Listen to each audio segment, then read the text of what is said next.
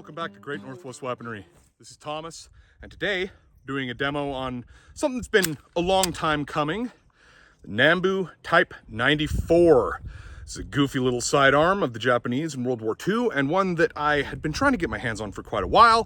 Finally got one, and then we had some serious malfunctions with it. We did a series of videos on fixing this, but today we're doing the historical walkthrough and shooting demo, finally. So yeah, it's one that I've been intending to do for a while, and definitely one that I'm happy to finally be able to confidently without fearing that something's going to go catastrophically wrong with the pistol. Let's go ahead and hop over to the gun room and talk some Type 94 history. The Nambu Type 94 came to be for similar reasons to a number of pistols that crop up just before and during World War II. In its particular case, the Imperial Japanese Army, the IJA, wanted something to substitute and supplement the Nambu Type 14, of which was the only official sidearm of Imperial Japan at the time. And like I said, they just wanted something smaller and cheaper, basically, but to maintain the 8x22 Nambu cartridge, which was, again, their standard. They reached out to Kajiro Nambu, who had designed the Type 14 and every model of Arisaka rifle you've ever heard of, and asked him to build them something new. They had a couple of requirements, again, smaller, lighter, cheaper. They also wanted a magazine safety because apparently Japanese personnel had a problem with accidental discharges when cleaning Nambu Type 14s, which do not have a magazine safety. So that was one of the requirements for this guy. And I will say, the Type 94 might be the ugliest pistol of World War II. There is only one other that I can think of that is anywhere near as just heinous to look at, and that would be the CZ Model 1938, the CZ or VZ38. Hideous pistols, but I do love both of them for their ugliness, honestly. To me, it makes them intriguing. It's almost charming in a weird way. A quick note on the naming. So you notice most of the pre-World War II Japanese weapon designs have names like Type 14 or Type 38 or Type 26. They're all smaller numbers. Why the sudden jump to 90s? Everything made during World War II was a Type 90 something or Type 100.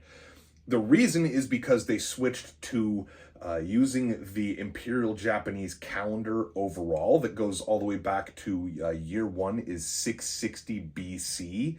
So 94 means 2594 by the Imperial Japanese calendar, the 2594th year, Type 94. It's kind of the same with the Arisaka Type 99, 2599th year.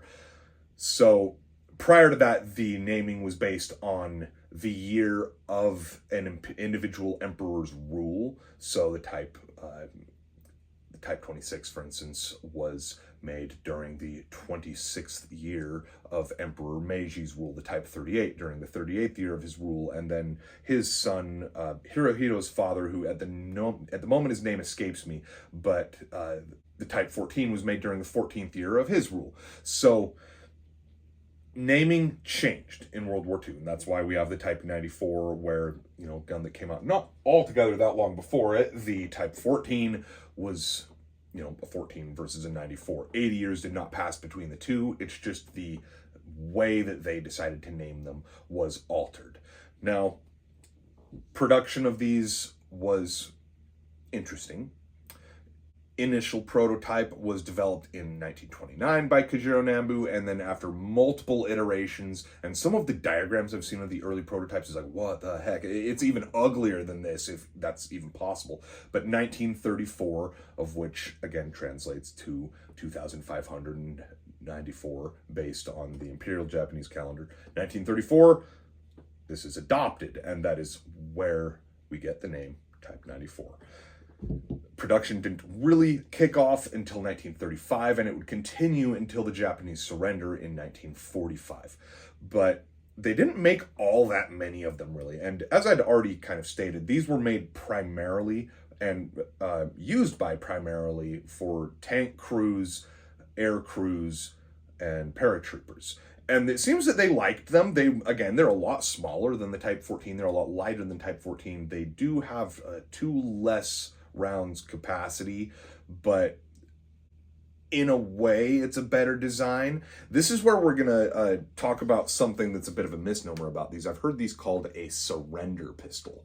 Now, that is very much a term that can fall into FUD lore. The reasons for the term are supposedly when Japanese would surrender the pistol, they would press down on the sear bar, of which is actually exposed on this, which is a very weird design choice, but it's not as dangerous, I guess, as it seems. As if you have the safety on, which they were trained to keep the safety on, you cannot move the sear bar no matter how hard you try unless you can bend steel with your fingertips. So these might be a stranger design than the Type 14, but they are actually safer than the Type 14 in a number of ways. It all has to do with how it's handled. But them being called a surrender pistol, the whole idea behind this is, well, this gun was designed specifically to, when you surrender, to kill one more enemy on your way out. Now, the thing is, in 1934, the Japanese were surrendering to nobody. They were just gearing up to launch their full-scale invasion of China. The Second Sino-Japanese War hadn't even officially begun yet. They weren't surrendering to anybody. They were getting ready to conquer. Now, part of the reason that it was commissioned to be made is because of the Japanese invasion of Manchuria in 1931. There was a marked increase in enlistment, and they needed more pistols available for officers because, again, they only really had the Type 14. They also took contracts out with other countries. You see, for instance, some German model 1934 Mauser pistols popping up in Japanese officer hands. You even see like Colt model 1903 pocket pistols popping up in their hands from time to time. We went over that in the recent demo that we did of the Colt 1903. There was a whole thing where there was the Imperial Japanese Officers Union, and they could get any pistol through that union that they had access to. Again, the primary example is the Type 14, but there were others. There were some of their older pistols, the Type 26 revolver, the Nambu Type A, and I think it's Type B, the ones that are respectively known as like the Papa Nambu and the Baby Nambu. And this was meant, again, to supplement that line of pistols. And it was officially adopted by the IJA, the Imperial Japanese Army, but now the Navy, interestingly, never did adopt them. Again, through that union, officers could still get their hands on them, but the Imperial Japanese Navy never officially adopted the Type 94. Now, production of them is actually a bit smaller than you would think, with approximately 71,000 being made in total. Now, this is very much an approximate, as many guns from World War II, especially on the Axis side, there's a bit of a, we don't really know how many exactly were made. In the case of the Nambu, the really late ones, your last-ditch examples, often weren't serialized or dated or have any markings on them whatsoever. So the exact number of them that was made is unknown and will never be known. But this one is a earlier one, earlier-ish, 1943. We'll get into markings when we go on to the tabletop, as the markings on this do tell, quite a story about what the gun is and when it was made, and even just the name of the gun printed on it in Japanese kanji characters. It's all very interesting to me. The Japanese, both pistols and rifles, have always fascinated me, especially learning what the different markings mean. Like all other Japanese weapons from World War II, as you get later in the war, these get considerably trashier as you go along. They get just worse and worse and worse. The quality of the metal drops significantly, pretty much right around when this one was made. So 1943, 1944. This one's a late 43, but it does still have some of the earlier features, such as the plastic grips, of which would be in the last ditch ones replaced with just slats of wood on either side. It does have the later version of the magazine. The earlier ones were more of like a shining, like almost chrome. But this magazine is match numbered to this pistol, of which is a nice little feature. My Type 14 can't boast such a thing. We did, as we've mentioned, have to fight fixing this pistol a lot, and if you're interested in knowing about that process, go and look at just like 3 videos back was when we did a series on trying to get this thing to work properly And we'll also look at another just weird little detail when we get to the tabletop about something that I have to do to check on to make sure that this is going to work properly. It involves a screw being looser than it should be, but it works well if the screw isn't completely tightened. If the screw is completely tightened, it does not cycle. It doesn't just not cycle. You cannot pull the trigger no matter how hard you try. So again, they're finicky, they're strange. There's some very questionable design choices, but they're a fascinating pistol, and I'm very happy to finally have one in my collection. Now, let's go ahead and transition to a tabletop view, take a look at markings and disassembly on this little monster. Before we officially dive into the disassembly, I did want to take a look at a couple of the markings here, and we're going to start on what would be the left side of the frame here, right above the trigger. We've got a series of 3 markings. These are actually read right to left, and this would be 9-4 model. And this is an interesting little fact too. The term Type 94 or Type 14, Type 99, all of the above is a bit of a misnomer. The Japanese did not call these that. That is a collector's term that came to be more so because of a misunderstanding of translation than anything, because that final marking technically would be model year 94 rather than Type 94. Now, also where we've got our safety lever here, so this right here is safe, and then this one down here, of which is only kind of visible, is fire. And from my understanding, this literally means fire like a bonfire type of fire, not fire the way that that we think of it when it comes to firearms when, speaking in the English language. Now, on the right side, got a couple more markings to look at. We've got this 18.11. Now, this is where you're going to be seeing your date, and then a pair of markings here that are arsenal stamps, and then the serial number will be on the right side just above the trigger. Now, your 1811 in this case, and this is, if you look at it left to right, it's year, then month. Now, 11 is the 11th month of the year as per our calendar, so November, and then 18 would be the 18th year of Hirohito's rule. Hirohito took his position as emperor in 1926, so 1943, and the year 26 is included as year 1, so bear that in mind if you're trying to math this out. And then these arsenal stampings down here. So this one on the left is your Nagoya arsenal stamp, and then on the right is the Choyo Kogyo, or Kogyo, I'm not really familiar of how to say that, of which would also be the Nambu manufacturing company. Now, what this means is manufactured by the Nambu company under Nagoya supervision.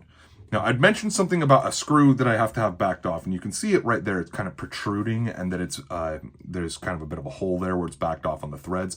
This is the one where if I have that screw all the way tight, you cannot pull the trigger here. And I am going to go ahead and just check clear. I know this should be empty, and it is.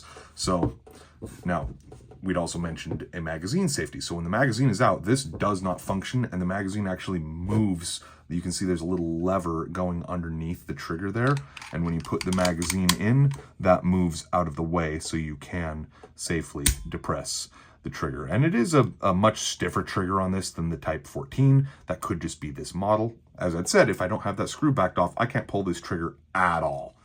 Now that we've gone over the markings, let's go ahead and do disassembly. So we're gonna leave the mag in for this first bit, rack it, and we're gonna try and get this pin out. And to do that, we need to push this firing pin right here to where it's not holding pressure on that, while simultaneously pushing it out from the right side of the gun. You can see the pin is visible on both sides, but on this side, there's a little tooth holding it on the left. So you gotta push it out from the right. So we're gonna push up on the firing pin and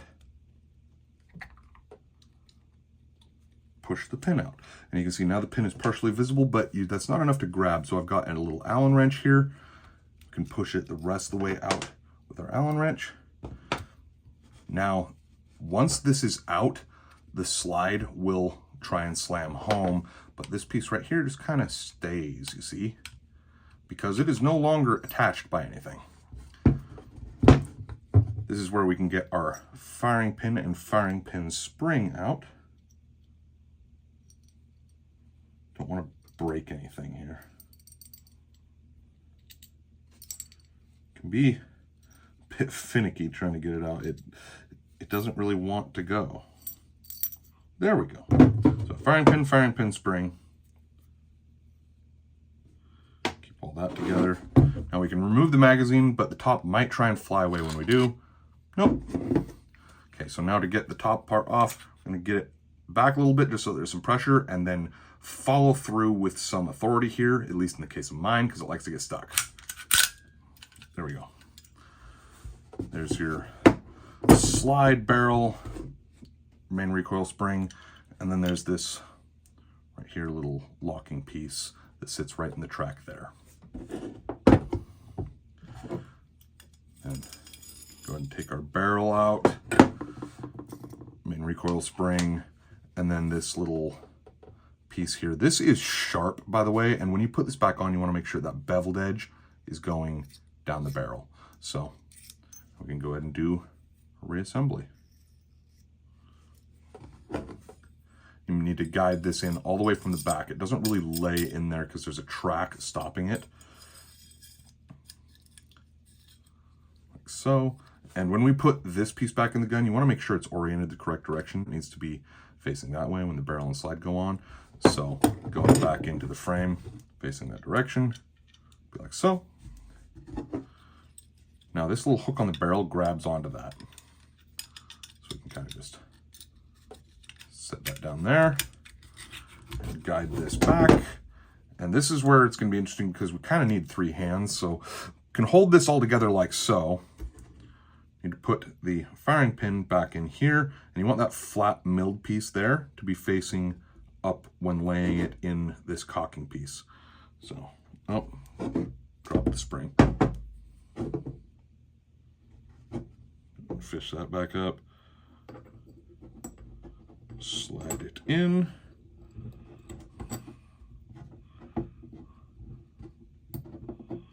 Okay. Now this goes straight into the back.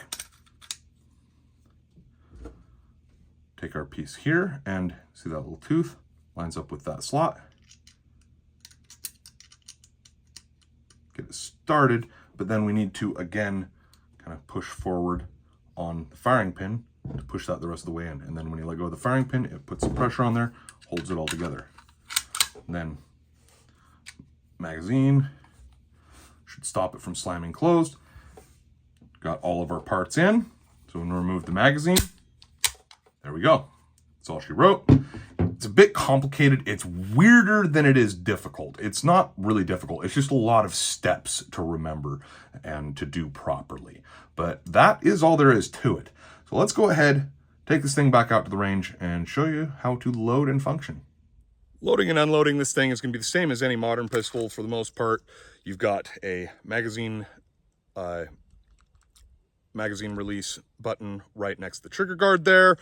6-round mag. We've only got it loaded to 5 because been having some trouble with the magazine spring either not being strong enough to push the rounds through if you fully load it, and or issues with the cartridges simply getting stuck in the magazine. So we'll see if we have to fight it at all here. We are going to fire a 6th shot, and we did do a full mag of 6 at the beginning of the video, and it actually cycled okay, but we're going to do something different with that 6th shot. Now, simply rack it. I'm going to go ahead and test the safety. So all it does is stop the sear bar from moving.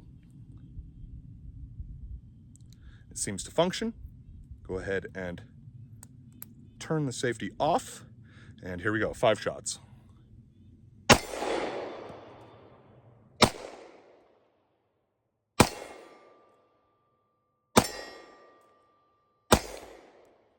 That one came back and hit me right in the face. If I wasn't wearing my safety glasses, that would have actually got me in the eye. Now, to drop the slide, you have to remove the magazine. Now, here's where we're gonna do something a bit weird. And I don't advise that you try this yourself. It's kind of a stupid idea. Go ahead and put 1 single round in the magazine. Load it. Now, just for context, there's a huge hill in front of me. This bullet is going nowhere. See, my finger is not on the trigger. What we're gonna do is we're gonna press in the sear bar. This is where the myth of the surrender pistol comes from, is that if you were handing the gun over to your captor, you could simply press on the sear bar and fire the gun. Let's go ahead and test that.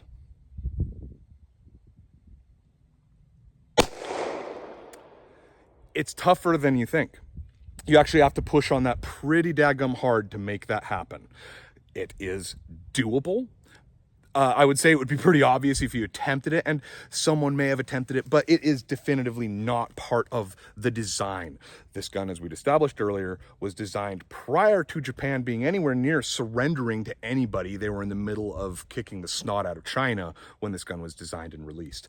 So, still, a very odd design, a very cool design in my opinion, and one that I'm glad that we finally got to do a demo of, as we fought this one more than most other pistols that we've had in the past, and any that I have that are coming up for the near future. The worst I've had outside of this just simply not working was bad timing on a revolver, which I wound up selling, and a grip cracking. So never had to fight one quite as much as I've had to fight this, but still super cool to have one of these in my collection. Hope you guys enjoyed the video. It's been Thomas with Great Northwest Weaponry, and I will see you next time.